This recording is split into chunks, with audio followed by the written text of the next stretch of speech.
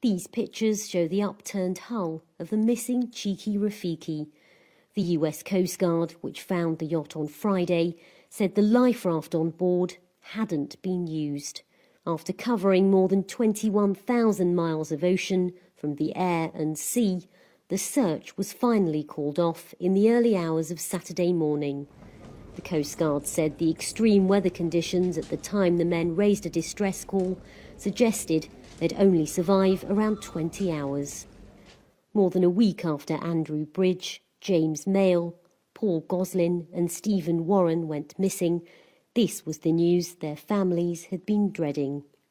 In a statement, Stephen Warren's family said, "We are very sad that the US has now suspended the search for Stephen and his friends. From the beginning, we, together with the other families involved, have continued to hold out hope that he would be found alive. This is now an incredibly difficult time for all the family." The US Coast Guard resumed its search for the missing sailors on Tuesday at the request of the UK government and after more than 200,000 people signed a petition started by the families. Well, I think we've got to be incredibly grateful to the US Coast Guard for the effort they've put in so far.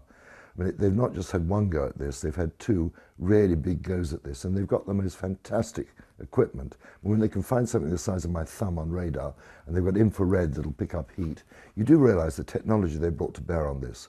And how much longer can we expect them to go on looking? I think we should just be grateful for everything they've done and appreciate that, frankly, they've said, look guys, we've done everything we can, we just can't go on doing this any longer. This was thought to be the last picture taken of the four yachtsmen.